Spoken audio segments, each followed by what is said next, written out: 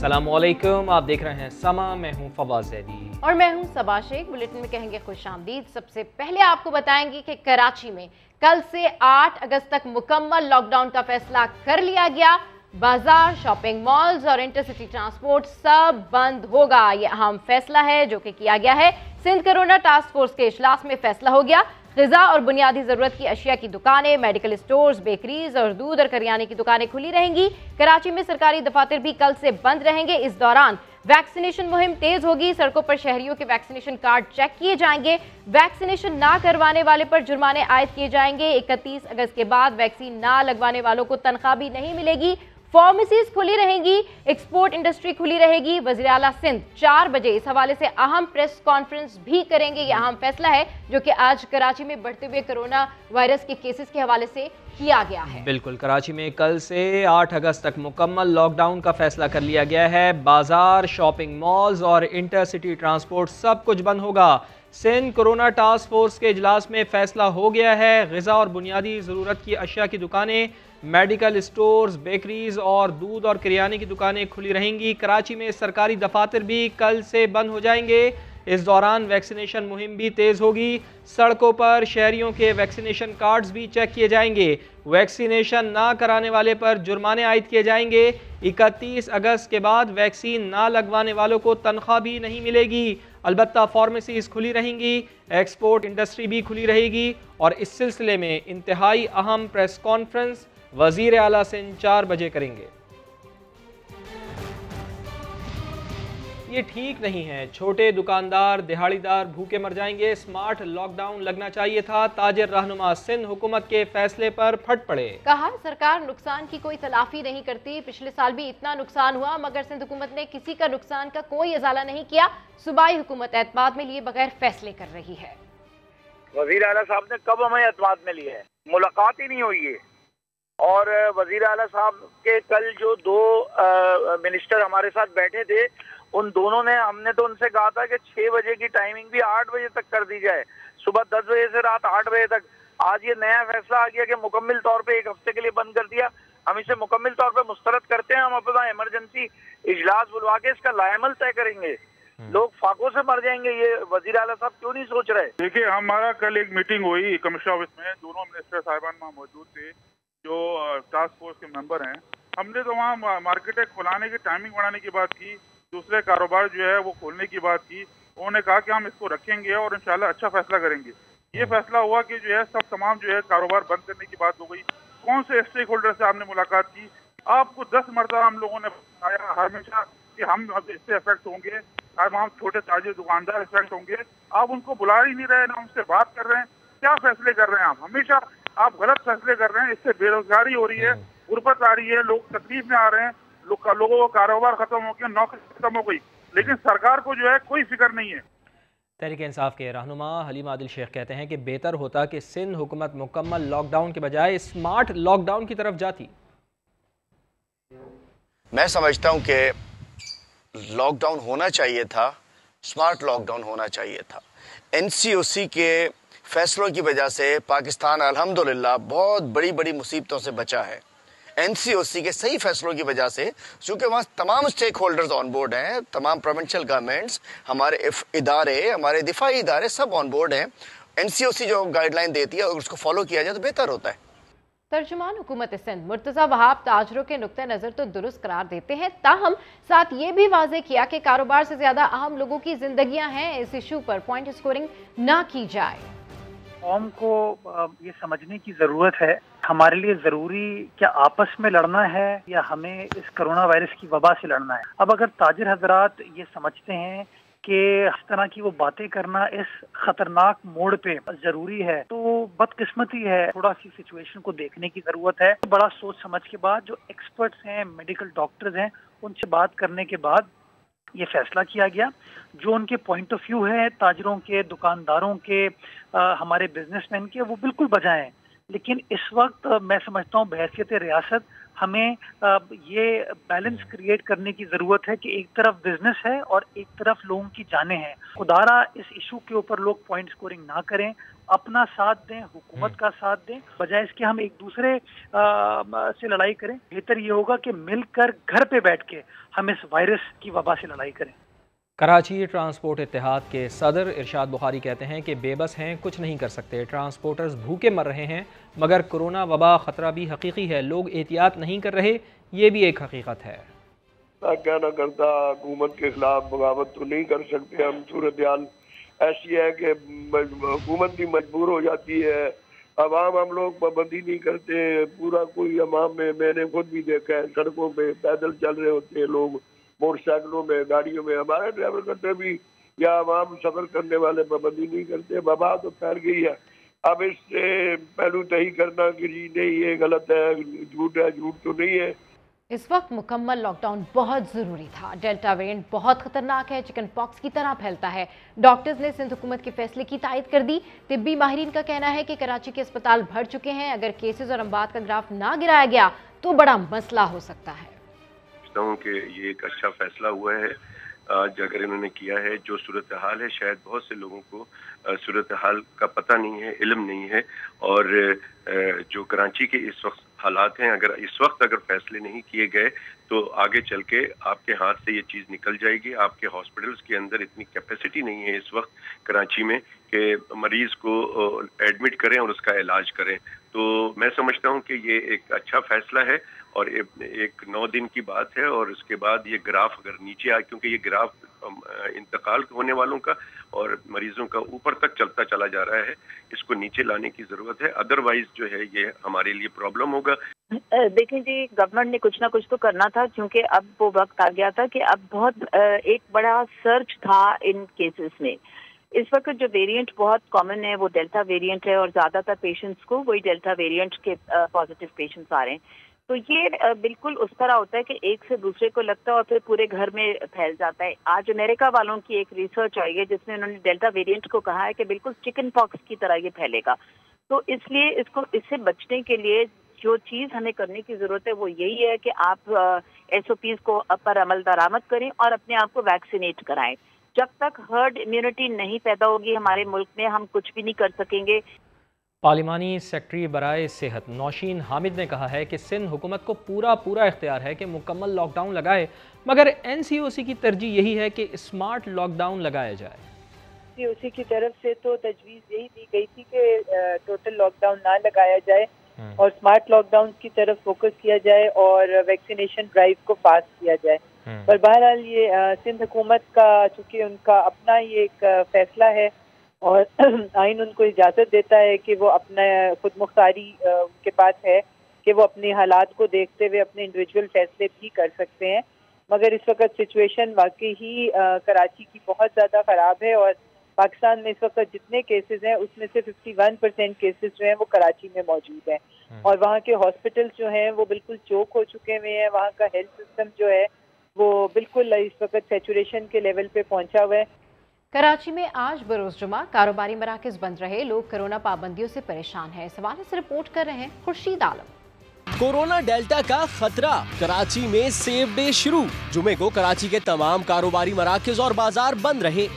लोगों से उनके तासुरात मालूम किए तो बहुत परेशान, डरे थे। गरीब मरेगा भूख से और इन्होंने पूरा मंसूबा बना लिया है कि गरीब को रहने नहीं देना, सिर्फ अमीर बचेंगे। लॉकडाउन नहीं लगना चाहिए, नुकसानात हैं बहुत, लोग भूख से मर जाते हैं, अफलास से मर जाते हैं, एक दूसरे के कर्जदार हो जाते हैं। रक्षा ड्राइवर भी बेजार नजर आया। अल्लाह को जो मंजूर होगा वही होगा, क्या करें फिर, हम लोग तो ख्वार हो रहे हैं बस ऐसे ही। आज शहर में पब्लिक ट्रांसपोर्ट भी कम नजर आई, आम चहल पहल भी कम रही। कैमरामैन शाहिद बलोच के साथ खुर्शीद आलम, समा, कराची। कोरोना फिर तेज़ी से फैलने लगा है, चौथी लहर ख़तरनाक सूरत इख्तियार कर रही है। कराची में मुख्तलिफ वेरिएंट के केसेस रिपोर्ट होने के बाद अस्पतालों में गुंजाइश कम होने लगी है। मज़ीद तफसील जानते हैं मुदस्सिर नज़ीर की इस रिपोर्ट में। डेल्टा वेरिएंट का फैलाव तेजी से बढ़ रहा है। अब तक की मालूमात के मुताबिक सिंध भर में 24 घंटों में 44 कोरोना के मरीज दम तोड़ चुके हैं।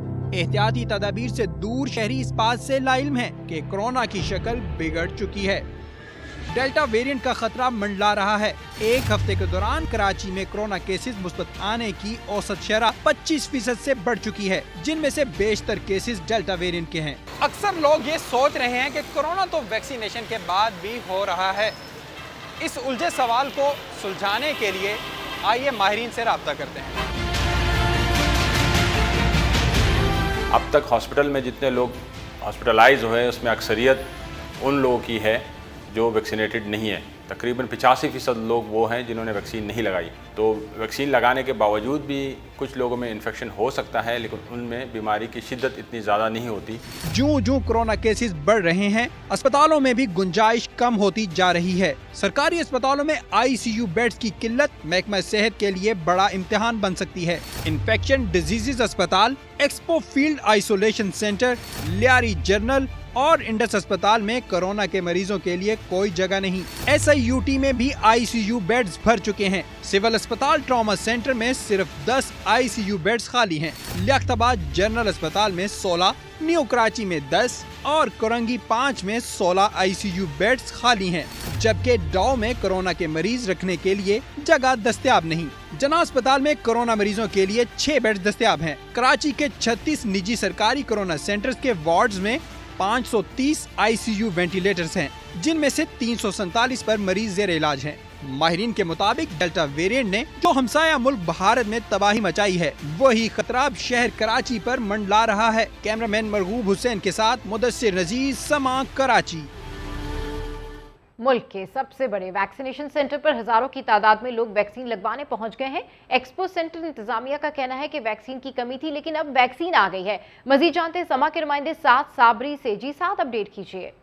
जी हाँ, बिल्कुल। ये पाकिस्तान का सबसे बड़ा कोरोना वैक्सीनेशन सेंटर है, कराची एक्सपो सेंटर, जहां पर इस वक्त हज़ारों की तादाद में शहरी वैक्सीन लगवाने आए हुए हैं। मेरे कैमरामैन फरहान यूसुफ अगर आपको दिखाएं तो एक तवील कतार यहाँ पर लगी हुई है। शहरी यहाँ पर कतारों में खड़े हैं, जो कि घंटों से अपनी बारी का इंतज़ार कर रहे हैं। हमारी कुछ शहरियों से बात हुई तो उनका ये बताना था कि 3 घंटे हो गए हैं, मजीद अभी 1 से 1.5 घंटा लग सकता है अपना नंबर आने में। कुछ शहरियों से बात कर लेते हैं, उनसे जानते हैं कि आखिर क्या वजह है, क्यों इतनी देर लग रही है और कौन यहाँ पर पहला डोज लगवाने आया है, कौन दूसरा डोज लगवाने आया है। अगर बात कर लें इस वक्त की, कब से खड़े हैं और कौन सा डोज है, क्यों इतनी ताख़ीर हुई? भाई हमारा ये पहला डोज है और हम ये तकरीबन 11 बजे से खड़े में 3 साढ़े 3 घंटे हो गए और 1.5 घंटा इन्होंने लंच में लगा दिया है।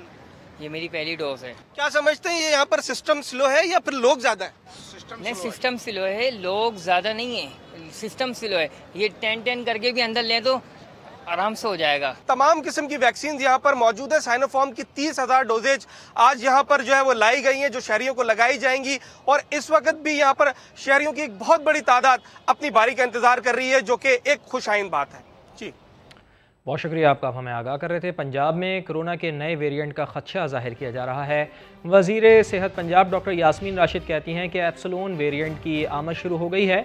पंजाब के बड़े शहरों में 70% डेल्टा वेरिएंट भी मौजूद है। मज़ीद क्या कहा उन्होंने, सुन लेते हैं। डेल्टा वेरिएंट इन पिछले दिनों 256 केसेस थे एट रैंडम, जिनको पिक किया और पिक करने के बाद उनको बाकायदा टेस्ट किया for the delta variant. 70% delta variant इस वक्त पंजाब में मौजूद है। उसकी शिद्दत भी ज्यादा है और उसका फैलाव भी ज्यादा है। बड़े शहरों में जहाँ ज्यादा इन्फेक्शन होगी, लाहौर हुआ, रावलपिंडी हुआ, फैसलाबाद हुआ, you always have more variants. अब और भी कुछ 1-2 वेरिएंट सामने आ रहे हैं। एप्सिलॉन बता रही थी आज सारा, और इंशाल्लाह जब हमारे पास उसे कंप्लीट आ जाएंगे फिगर्स, वो भी हम आपको बताएंगे। एहतियात जो है उससे बड़ा और कोई काम नहीं। डिफरेंट वेरिएंट्स कमिंग इन, ये तो हम एक्सपेक्ट कर रहे हैं। वायरस कैसे सर्वाइव करता है? वायरस अपने आप को म्यूटेट करके सर्वाइव करता है, वरना एक किस्म का वायरस जो उसके खिलाफ जब काम शुरू हो जाता है तो कुछ देर के बाद वो खत्म होना शुरू हो जाता है। वो अपने आप में सर्वाइवल के लिए अपने आप को मुसलसल म्यूटेट कर रहे हैं। हम जिस तरह आजकल अभी जीन सीक्वेंसिंग कर रहे हैं, जैसे कोई नए केसेस और उनकी तादाद आएगी वो आपको जरूर शेयर करेंगे। तो वैक्सीन ना लगवाने वाले पर सिम बंद करने की तजवीज़ की मुखालफत सिंध हाईकोर्ट ने दरखास्त गुजार पर 25,000 रुपए जुर्माना कर दिया। इस हवाले से रिपोर्ट कर रहे हैं इरफान उल हक। वैक्सीन लगवाऊंगा ना सिम बंद होने दूंगा। सिंध हाई कोर्ट में कराची के वकील की निराली फरियाद, अदालत ने झाड़ पिला दी। अदालत को दुखड़े सुनाए गए कि वैक्सीन न लगवाने पर सिम बंद करना और सोशल मीडिया अकाउंट बंद करना कहाँ का इंसाफ है। सुहेल हमीद एडवोकेट कहते हैं हुकूमत किसी को अमल दरामद करने के लिए मजबूर नहीं कर सकती, जबरन फैसले मुसल्लत नहीं हो सकते। वैक्सीन लगवाना अवाम की अपनी जिम्मेदारी है। जस्टिस शफी मोहम्मद सिद्दीकी ने रिमार्क्स दिए कि कोरोना से मुतासरा शख्स चलता फिरता बम है। हुकूमत को सिर्फ एक शख्स नहीं बल्कि आप वकला की भी फिक्र है। अदालत ने दरख्वास्त नाकाबिले समाअत करार देकर मुस्तरद कर दी। साथ ही दरख्वास्त गुजार पर 25,000 रुपए जुर्माना भी कर दिया। इरफानुल हक, समा, कराची। उधर पेशावर की कारखानों मार्केट में पुलिस मोबाइल पर हमला, दस्ती बम धमाके में एक एहलकार शहीद जबकि राहगीर और एक पुलिस एहलकार जख्मी हुआ। राहम यूसुफजई की रिपोर्ट। फैसलाबाद के संग में वाक़या कारखानों मार्केट में मोबाइल वैन की गाड़ी को उस वक्त निशाना बनाया गया जब वो मामूल की गश्त पर थी। हमलावर ने दस्ती बम गाड़ी पर फेंका और फरार हो गया। पुलिस लाइन से आती है, यहाँ पे यूनिवर्सिटी रोड के ऊपर इनकी ड्यूटी होती है, यहीं पे पेट्रोलिंग करती है। इसमें एक इंचार्ज हेड कांस्टेबल थे, एक ड्राइवर थे और उनके साथ 4 हमारे कांस्टेबल्स मौजूद थे। गाड़ी से इस वक्त इन्होंने यहाँ पे पार्क की हुई थी, रूटीन में पार्क की हुई थी। इनका तमाम स्टाफ बाहर निकला हुआ था, जो इंचार्ज थे वो गाड़ी के अंदर अकेले बैठे हुए थे। धमाके की आवाज़ दूर दूर तक सुनाई दी गई जिससे गाड़ी को भी शदीद नुकसान पहुंचा। बीडीएस की टीम ने जाए वकुआ से शवाहिद इकट्ठा करके तहकीकात का आगाज कर दिया। वकुआ के वक्त कारखानों मार्केट में कोरोना SOPs की खिलाफ वर्जी के खिलाफ जिले इंतजामिया की कार्रवाई भी जारी थी। कैमरामैन असद अली के साथ रहम यूसुफजई, समा, पेशावर। और अभी आपको बताएं कि भारतीय नाज़िमुल उमूर की दफ्तर खारजा तलबी पाकिस्तान ने आज़ाद कश्मीर इंतखाबात से मुतालिक भारतीय इल्ज़ामात मुस्तरद कर दिए। मज़ीद तफसीलात हासिल करते हैं खालिद अजीम साहब से। जी खालिद अजीम साहब, क्या कहना है मज़ीद तर्जुमान दफ्तर खारजा का? जी, भारतीय दफ्तर खारजा के तर्जुमान ने हाल ही में एक बयान जारी किया था और ये भारत के इस मौक़िफ़ का तसलसल है जिसमें उसका दावा ये है कि कश्मीर जो है वो मुकम्मल तौर पर उसका हिस्सा है और वो आज़ाद कश्मीर के ऊपर भी अपना क्लेम जो है वो करता है। और उसका कहना है कि पाकिस्तान को इस बात का कोई इख्तियार नहीं था कि वो यहाँ पे इंतखाबात मुनक्कद कराए और उसको उन्होंने एक ड्रामा करार दिया। ये भारत का अब सिर्फ अपना वो जो मौक़िफ़ है उसको मजबूत करने के लिए उसकी जानिब से ये बयान दिया गया और एक तरह से एहतजाज किया गया जिसको पाकिस्तान ने मुस्तरद किया है और ये कहा है कि भारत इस बात को ना भूले कि उसके इमा पर जो कौमी जो इस्लामी कौंसिल में करारदादें मंजूर हुई थी 1948 में, उसके तहत कश्मीर अभी तक वहाँ एक मुतनाज़ा इलाका है और इसमें जो वहाँ के अवाम हैं उन्होंने अपने तौर पे खुद इंतखाबात का इनका इनेकाद किया और वहाँ पे उनके वो इंतखाबात हुए। तो भारत को इस बात का कोई हक हासिल नहीं है कि जब तक तनाज़ा कश्मीर का हल अक़वाम मुत्तहिदा की क़रारदादों की रोशनी में नहीं हो जाता उस वक्त तक इसके मुतनाज़ा स्टेटस को भारत जो है वो चैलेंज नहीं कर सकता। और ये अभी जो उसने हाल ही में बयान दिया है ये दुरुस्त नहीं। इस पर एहतजाज के लिए पाकिस्तान ने बाज़ाब्ता तौर पर उसके नाज़िमुल उमूर को यहाँ तलब किया दफ्तर खारजा में और उनके एहतजाज किया और एहतजाजी मरासला उनके हवाले किया है और ये कहा है कि भारत को पाकिस्तान के इस एहतजाज से आगाह कर दिया जाए। जी, बहुत शुक्रिया खालिद अजीम साहब समा से गुफ्तगू करने के लिए। 80 साल की उम्र में हुकूमती ज़िम्मेदारी मज़ीद जारी नहीं रख सकता। वज़ीर आज़म के मुशीर डॉक्टर इशरत हुसैन के इस्तीफ़े की वजूहात सामने आ गई हैं। मुशीर बराए इदारा जाती इस्लाहात डॉक्टर इशरत हुसैन ने वज़ीर आज़म इमरान खान से इस्तीफ़ा मंजूर करने की दरख्वास्त की है। उन्होंने कहा कि मेरी उम्र 80 साल है, ज़िंदगी के बकिया अयाम फैमिली के साथ गुजारना चाहता हूँ, मज़ीद काम जारी नहीं रख सकता। मेरी खिदमात हर वक्त हुकूमत के लिए दस्तयाब हैं। इलेक्शन कमीशन की तरफ से इमरान खान को शोकॉज नोटिस जारी करने पर तहरीक इंसाफ का रद्द-ए-अमल आ गया। पार्टी के मरकजी सेक्रेटरी इत्तलात अहमद जवाद कहते हैं इंट्रा पार्टी इंतखाब की मियाद मुकम्मल होने में कमोबेश 1 साल का अरसा बाकी है। नोटिस का तमाम पहलुओं से जायजा लेकर लाहे अमल का ऐलान करेंगे। इस हवाले से मजीद तफसीलात हासिल करते हैं समा के नुमाइंदे जुल्करनैन इकबाल से। जी जुल्करनैन, मजीद क्या डेवलपमेंट हुई इस केस में? देखिए, इलेक्शन कमीशन ने गुज़श्ता रोज वज़ीर-ए-आज़म इमरान खान को बतौर पार्टी सरबराह इंट्रा पार्टी इलेक्शन ना कराने पर शोकॉज नोटिस जारी किया था। इस पर जवाब आया है तहरीक इंसाफ की जानिब से और कहा गया है कि जून 2017 में PTI के इंट्रा पार्टी इंतखाबात हुए थे और 5 साल के लिए इंतखाबात हुए थे। इस हवाले से अभी इस एतबार से देखा जाए तो जो तकमील है ओहदेदारान के ओहदा मुकम्मल होने में, उसमें 1 साल बाकी है। 1 साल बाद इंतखाबात होंगे। इलेक्शन कमीशन ने पहले ही नोटिस जारी कर दिया है चेयरमैन तहरीक इंसाफ को। इस हवाले से उनका कहना है कि नोटिस के हवाले से जो कानूनी पहलू हैं उनका जायजा लेकर हर पहलू से इसको बारीकी से देखा जाएगा। उसके बाद कानूनी तौर पर इसका जवाब बाकायदा तौर पर इलेक्शन कमीशन ऑफ पाकिस्तान को भी दिया जाएगा और आइंदा का जो लायाअमल होगा PTI का, उसका ऐलान भी किया जाएगा। ठीक है, इंट्रा पार्टी इंतखाब की मियाद मुकम्मल होने में 1 साल का अरसा बाकी है, लेकिन इलेक्शन कमीशन ने पहले ही नोटिस जारी कर दिया। अपडेट करने के लिए शुक्रिया जुल्करनैन। कराची के इलाके नाज़माबाद में गाड़ी पार्क करने पर झगड़ा, 72 साला खातून इंतकाल कर गई। वाक़े के बाद मुल्ज़िमान फरार हो गए। जमजम सईद की रिपोर्ट। छोड़ मरने दे, इतने दिनों से रोज समझा रहे हैं यहाँ पर, छोड़ दे, इतने दिनों से रोज समझा रहे हैं। सिर्फ घर के बाहर गाड़ी खड़ी करने से मना करने पर हमसायों ने ऐसी गुंडागर्दी की, ज़ईफ खातून की जान चली गई। हद तो ये है कि जब मारपीट से 72 साला खातून की हालत बिगड़ी तो उन्हें पानी पिलाने से भी रोका गया। यहाँ पे बदमाशी लगाई हुई है ना तुम लोगों ने। अबे छोड़ मरने दे, इतने दिनों से रोज समझा रहे हैं यहाँ पर, छोड़ दे, इतने दिनों से रोज समझा रहे हैं। 72 साला खातून को हालत बिगड़ने पर अब्बासी शहीद अस्पताल पहुंचाया गया, मगर उस वक्त तक बहुत देर हो चुकी थी। अम्मी ने उनको मना करा गाड़ी मत खड़ी करें, तो उन्होंने उनको चमाट मार दिया और वो गिर गई, जिसकी वजह से उनकी डेथ हो गई। और ये औरत पे हाथ उठाने का कहाँ से आ गया कि खुलेआम सड़कों पे मारा जा रहा है? ऐसा तो नहीं होता ना। झगड़े के वक्त बानो खातून के शौहर बालाई मंजिल पर मौजूद थे, मगर बुजुर्ग खातून पर हाथ उठाने वाले पड़ोसियों ने उन्हें नीचे आने की भी मोहलत न दी। वो मेरे को बोलने लगा इधर आओ, उतर के नीचे। गाड़ी वाली बकने लगा। मैं नहीं गया। जब उसने थप्पड़ मारा ना, फिर मैं नीचे उतर के आया, वो एकदम गिर गई। पड़ोसियों ने भी तस्दीक की है कि फरहान नामी शख्स ने बानो खातून से मारपीट की थी, जिसके साथ 3-4 मजीद लोग भी मौजूद थे। मैंने फरहान लड़के को देखा था, उसने धक्का देते हुए देखा था मैंने, जब मैं बाहर आई थी। जबी मतलब खत्म हो चुकी थी, मुंह से झाग निकलने लग गए, ज़बान बाहर आ गई और मुंह नीला हो गया उनका। लवाहिकीन ने ये इल्जाम भी आयद किया है कि झगड़ा करने वाले मनशियात फरोश हैं और इसी वजह से पुलिस भी उनके खिलाफ कोई कार्रवाई नहीं कर रही। इनके खिलाफ एक्शन करा जाए, सख्त से सख्त। ये बदमाश लोग हैं, ये नशई लोग हैं, यहाँ आके पाउडर पी रहे हैं, पाउडर सप्लाई कर रहे हैं। ये 3 से 4 लड़के हैं और इतने बड़े बदमाश हैं ये कि दूसरों को कोई समझाने भी आता है तो उसको उल्टा समझा देते हैं। लवाहिकीन के इल्जामात की तायद इस बात से भी होती है कि पुलिस ने अब तक मुल्जिमान के खिलाफ कोई कार्रवाई नहीं की है। कैमरामैन कामरानुद्दीन के साथ जमजम सईद, समा, कराची। नूर मुकद्दम केस के मुलजिम जाहिर जाफर का लाहौर में पॉलीग्राफिक टेस्ट हो गया। पंजाब फोरेंसिक साइंस लैब में मुलजिम ने 20 सवालात के जवाब दिए। जाहिर जाफर हीले बहाने करता रहा। रिपोर्ट इस्लामाबाद पुलिस को भेज दी गई। लैब में जाए वक़ुआ की CCTV वीडियो की फोरेंसिक भी हो गई। इस हवाले से रिपोर्ट कर रहे हैं जहांगीर खान।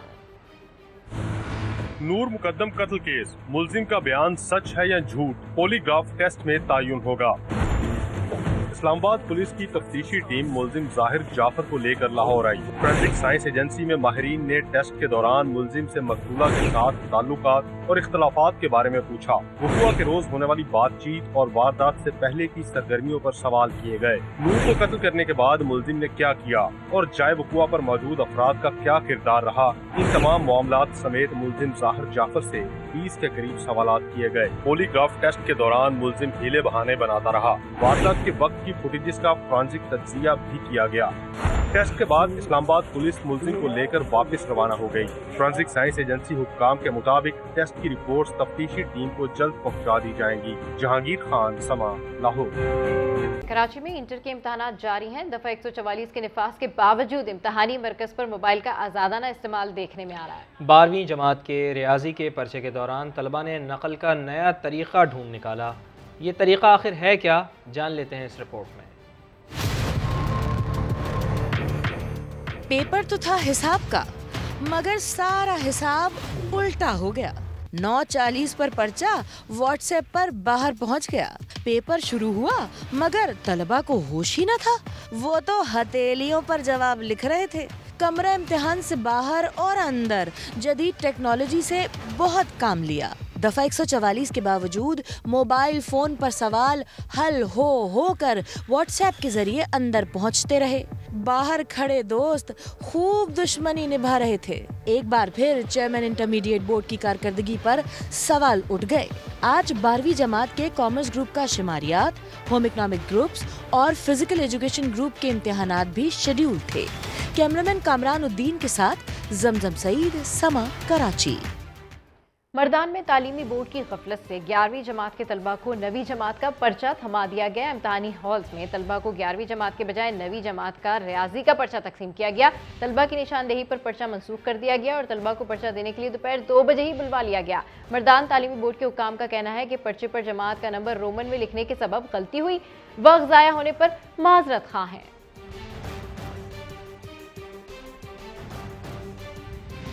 कचरे के ढेर, दीवारें टूट फूट का शिकार, तदफीन के लिए पानी तक दस्तयाब नहीं। मुल्तान के सूरज मियानी कब्रिस्तान का बुरा हाल है। कब्जा माफिया आखिरी आरामगाह की जमीन भी हथियाने लगा। मेरा नाम कामरान सईद है और मैं यहाँ सूरज मियानी के इलाके का रिहायशी हूँ। यहाँ सूरज मियानी का ये सबसे बड़ा कब्रिस्तान है और इस कब्रिस्तान में आप देख सकते हैं कि यहाँ पर इसके एंट्री पॉइंट पर ही यहाँ पर जो है गंदगी के ढेर लगे हुए हैं। ये कब्रिस्तान के इलाके को जो है यहाँ पर गंदगी डाल डाल के कचरा कुंडी में तब्दील कर दिया गया है।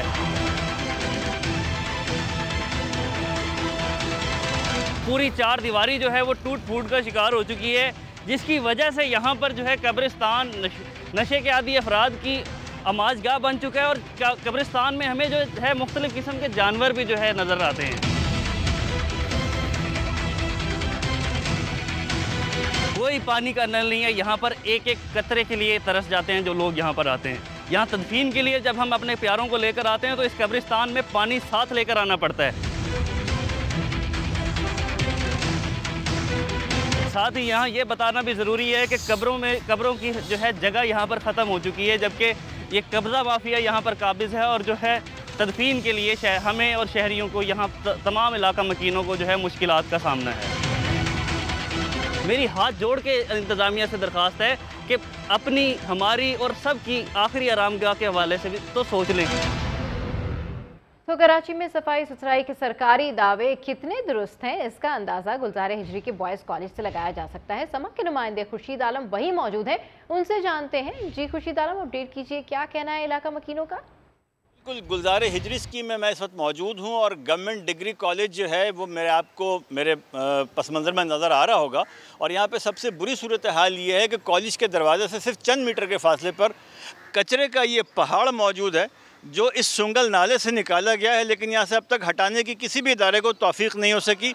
इंटरमीडिएट के इम्तहानात भी हो रहे हैं और यहाँ के रहने वाले, गुजरने वाले इस बदबू से सख्त परेशान हैं। इतना ताफुन है, इतनी बीमारी है कि जिसका कोई नहीं, ये सिर्फ झूठी बातें कर लेने से काम नहीं होता। कि मुझे गुजरते हुए यहाँ से बहुत बुरा लग रहा है जो बात है, क्योंकि मेरा इलाका है और मुझे, आप खुद समझदार हैं, कोई बाहर से आएगा, मेहमान आता है, गेस्ट आते हैं, तो ये देख के बहुत अजीब लगता है। बीमारियाँ फैलती हैं, कोई सोचता नहीं, कोई भी नाले भरे पड़े हैं, सारे कचरे ढेर लगे हुए हैं, अलासें पड़ी हैं, बहुत सारी बदबू आती है। कचरे के इस ढेर से जो बदबू आ रही है उसमें मुख्तलिफ अक़साम की बदबू तो शामिल होती ही हैं, उसमें कुर्बानी की आलाइशों की बदबू भी शामिल है। जी, तुर्की के जंगलात की आग 6 सूबों के 17 शहरों तक फैल गई।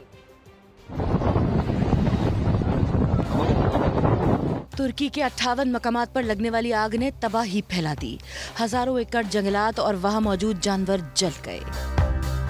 आग से साहिली इलाकों में बड़े पैमाने पर घरों को नुकसान पहुंचा। बहुत से इलाके खाली करा लिए गए, सैकड़ों को बचाया गया, कई हलाक और बहुत जख्मी हुए, दर्जनों लापता हैं। आग कैसे लगी अब तक पता नहीं चल सका। इमदादी कार्रवाइयां जारी हैं। हेलीकॉप्टर्स और ड्रोन की मदद से भी आग बुझाने की कोशिश की जा रही है। हुकाम के मुताबिक नुकसानात बहुत ज्यादा हैं, अभी अंदाजा भी नहीं लगाया जा सकता। उन्हें शक है कि कहीं आतिशगीर मादे से कोई हमला तो नहीं किया गया। आला सतह पर तहकीकात शुरू कर दी गई हैं। हेडलाइंस होंगी ब्रेक के बाद, देखते रहिए समा।